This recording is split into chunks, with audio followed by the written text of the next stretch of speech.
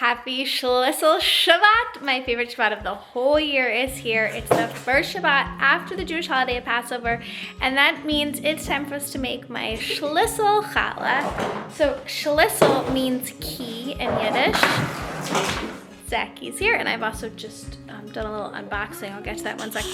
So Shlissel means key in Yiddish, and it's tradition to make a challah either in the shape of a key or to put a key inside the challah when you bake it on the first Shabbat after the holiday of Passover, and it's just meant to bring good luck, good fortune. Yeah, we're gonna do a reading in 1 sec. You say hi.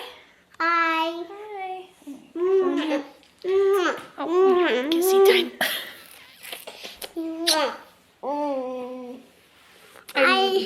I like you. I like you too. I really recommend having a little boy. Dad too. Oh good, if you're looking for some extra snuggles and cuddles in your life, especially this one. Okay, as I was saying, it's time to make a Shlissel Challah. We're gonna do our reading first and then we'll get to the challah.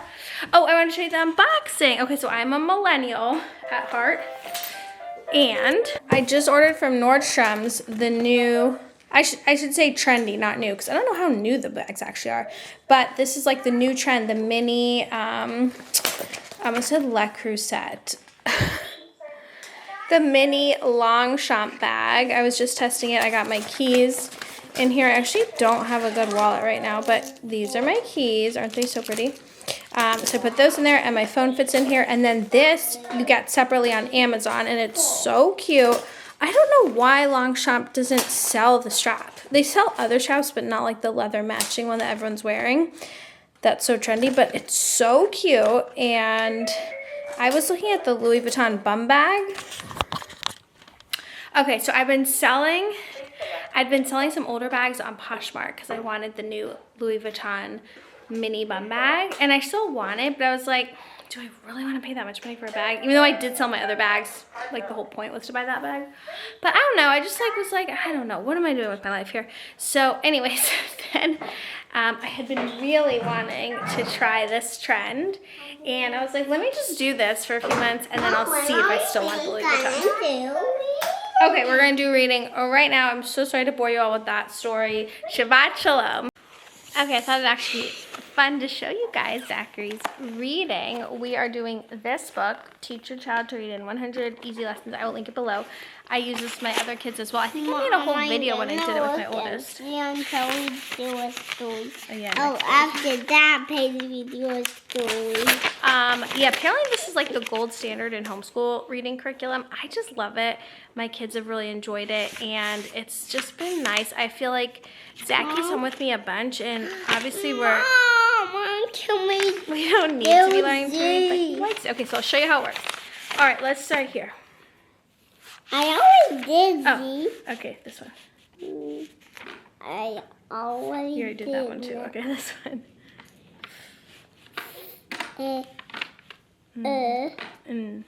In. That's right. In. Yeah. So what word is that?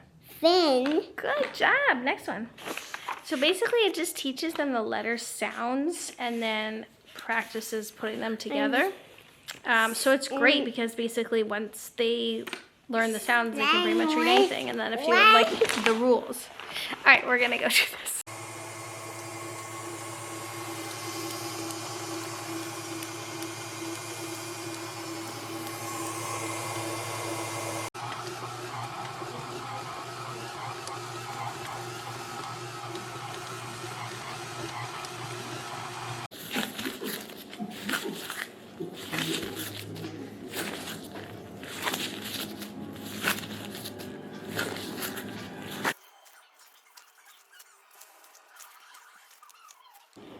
Good morning. So it's the next morning, and I have just kneaded the dough. I'm going to put it in this bowl with a little bit of oil, and I'm going to put it somewhere warm for it to rise.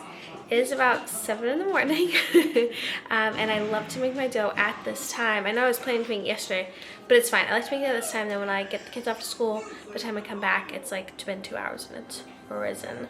Okay, so here's the dough, looking lovely. This is a half of my usual recipe because my usual recipe is large. Okay, so I'm gonna put this in the bowl, find somewhere warm for it to rise, and I'll come back to you to make the Shlissel. So now it's time to begin my favorite part, which is actually braiding and making the Shlissel Challah. You can be so creative with this. You can do whatever you want. You can make it as complicated or as simple as you like, and you can always just stick a key in it if that's easier. But what I do is I break my challah dough into 2 sections. The first section, I'm going to just make one large big simple braid down the center, and that will be the main part of the key. Then what I like to do for the top, I do kind of like an old-fashioned style key. I do 3 circles at the top, and then I do 3 key lines at the bottom, if that makes sense. You'll see when I pull it all together. But basically, I just make small braids or a simple line for each of these parts. In the center, this time of the 3 circles, I actually did a traditional 4-strand braid, which is what I do for Rosh Hashanah, the round challah for Rosh Hashanah, if you can see there at the top. But yeah, that's just what I decided to do this year. I thought it was really pretty. Then I do an egg wash at the surface before baking, and this time I sprinkled with lots of extra sugar and brown sugar and regular sugar for a very sweet year ahead. Okay, so I just finished doing the egg wash and putting on the brown sugar, light sugar, and a little bit of cinnamon. I would do more if it was just for me personally, but my kids don't like cinnamon. So this is what it looks like, and I'm going to pop it in the oven probably for about 20-25 minutes at 350. That'll be good to go. Okay, here she is. The Shlissel. I might have baked her for a minute too long, but I have been known to take my challah out a little early in the past, so I figured it was better just give her an extra minute this time. Also, I'm one of those people who, because I'm sharing my challahs online, I'm always like trying to do new and interesting things, and I often do like some crazy braids, which means the braids are very tight, which makes them hard to cook all the way through and rise. So if you're just doing a normal braid, you don't have to be as worried, but when you do these like really intricate designs and they don't have enough time or space to like fully rise up, it's harder to make sure that they're not, it's harder to make sure they cook all the way through and they're not like too dense. Anyway, so that's the Shlissel Challah. Let me show you guys the kitchen. It's not too much of a mess. It's not too bad. Oh, I've been meaning to share with you guys. We made the switch to non-plastic pods because this is so random, but I was just sharing about it on Instagram, so it's top of my mind. When you use the plastic pods, I guess there's like microplastics that end up on your dishes that you eat off of. Is that kosher? I do not think so. Anyways, I'm trying this new one. I will link it below. It has no plastic coating.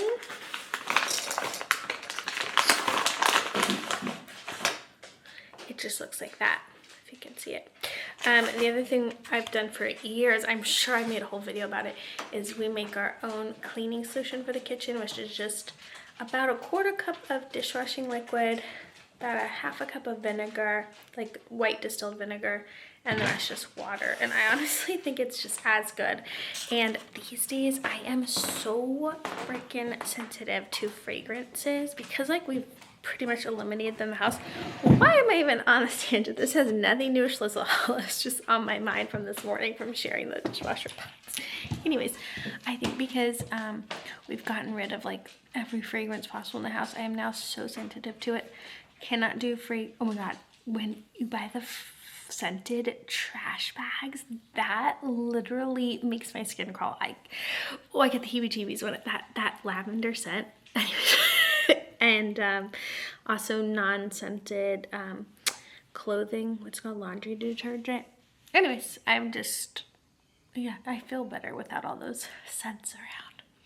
Anyways, let's talk about wishes and hopes and prayers for the new year because that's what the Shlissel Challah is about. I say new year, but because there's actually 4 new years in the Jewish calendar. Rosh Hashanah and Passover are 2 of them. So like there's these points within the year that we kind of reassess where we are, what we want for the future. What do I want? I want to go to Disney World. I know some of you are laughing. If you've been watching my vlogs this year, me and my 2 older boys went in February. We had the best time. And this is going to shock you if you know me. I'm thinking about going on a Disney cruise, y'all. I said I would never set foot on a boat. I'm not a boat person. I hate boats. I get so seasick. I know that the cruises are different and you don't like feel the water movement as much, but I always panicked at the idea of being like locked into a place, like kind of like a claustrophobia thing. I'm like, well, what if I want to escape? But something I've learned in my older life is sometimes these like crazy rules I have, which my friends are probably laughing. I have these like crazy strict rules. There's probably like a psychotic term for that. A psychosis term for that. But I have these like crazy rules for myself, and then sometimes I'm like, man, why do you have that rule? So I have this no boat rule, and I'm like, well, why really? Like, can we not go on a cruise when it might be so fun? So anyway, so one of my goals for this year is to get away and maybe do a cruise with the boys. Like, they're getting older now. All the baby stuff is gone. Like, and now we have the freedom to kind of do more things and go on a cool vacation and stuff. So I'm excited for that, and just kind of, yeah, embracing this new season of life, even though obviously if you've been here, you know I love the babies. I love having babies, but we're entering in the new stage of life, and like this is the fun part. My friend called it like the golden years because we have like all our friends and we all have the kids and they all play together, and it's like this is the good time. So I just want to enjoy it instead of being like, oh, I wish I could relive the baby days over and over again. So I think going on a vacation, trying out something new like a cruise, is kind of part of that, of embracing that new chapter. So that's what I'm thinking about with my Shlissel Challah. I'm wishing you a Shabbat Shalom and all good things for the year to come, and I'll see you in the next one. Don't forget to like and subscribe. Bye!